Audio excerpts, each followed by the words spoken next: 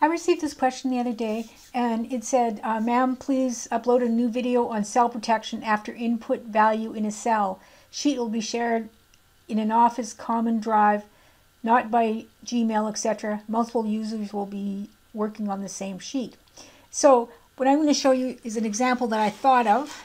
What I have here is I have a list of employee names, and or employee 1 to employee 11, and then let's say they enter their own hours.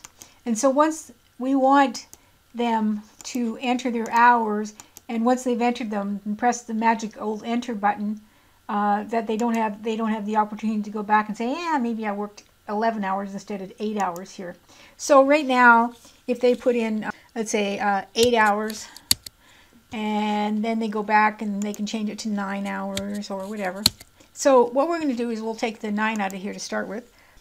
If you go to the format cells, every cell is already set up for protection. So let's select these cells that are highlighted. I highlighted them in gray so we could kind of stand out which ones we're going to not or have protected separately. What I'm going to do is I'm going to right click and I'm going to select Format Cells, and on the protection tabs of the format cells I'm going to unlock these cells and say OK. If we go to Review on the Review tab, we go to Protect Sheet, and then what I'm going to do is I'm going to put a password in to protect the entire sheet. So I'm going to go Test, and I'm going to say OK, and then it's going to ask me if I know how to type, and so I'll try to type in test again and say OK. With that, we can't change the name of the employee, so I'm going to change this from 4 to 41, let's say, and it says no, you've got a protected sheet. And now if we enter in 8 in here, it'll let me, and it'll let me change it to 9 again. So everything else is protected except for this one. So let's delete this. And let's go to our Developer tab, and let's go to Visual Basic. And what I'm going to do is I'm going to double click on the sheet 1. Up at the top of this you have the declarations. So it's general. So I'm going to go to worksheet because that's only going to be what I care about is what's happening on this worksheet. And I'm going to change this to change. Okay, so then we can delete the one that already exists here. So now this code is pretty straightforward.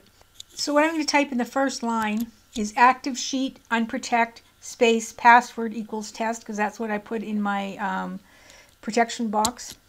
And then the next one I'm going to type in Target.Locked equals true.